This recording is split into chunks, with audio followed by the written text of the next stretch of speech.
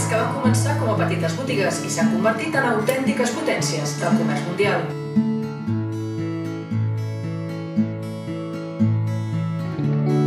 Jo quan vaig acabar el batxillerat, quan em vaig presentar a la selectivitat, realment no sabia què era el que volia fer, m'enfocava al món de l'empresa, però no sabia cap a on tirar. I vaig anar a unes jornades de portes obertes, curiosament la Míriam va fer la xerrada. Jo aquell dia m'anava a presentar a la xerrada d'Escodi i després anava a ADE amb un company a la tarda.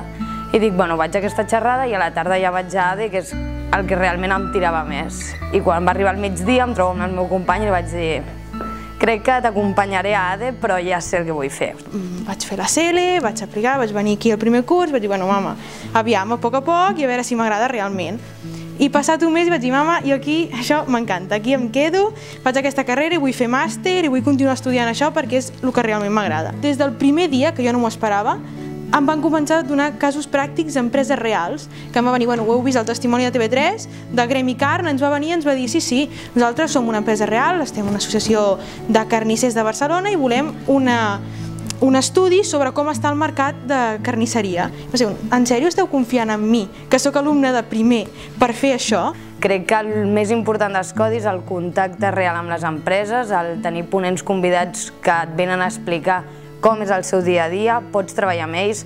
He fet un pla de màrqueting per a una empresa, he treballat temes d'expansió per a altres empreses, o sigui, estem realment en contacte. Molts ponents, cada semestre més o menys tenim uns 6 o 7 ponents, cosa molt impactant quan ens comparem amb les meves amigues que fan altres carreres molt diferents, amb àmbit científic, i els hi ve un ponent a l'any, si tenen sort. Jo tinc la sort de tenir 6 o 7 ponents a l'any.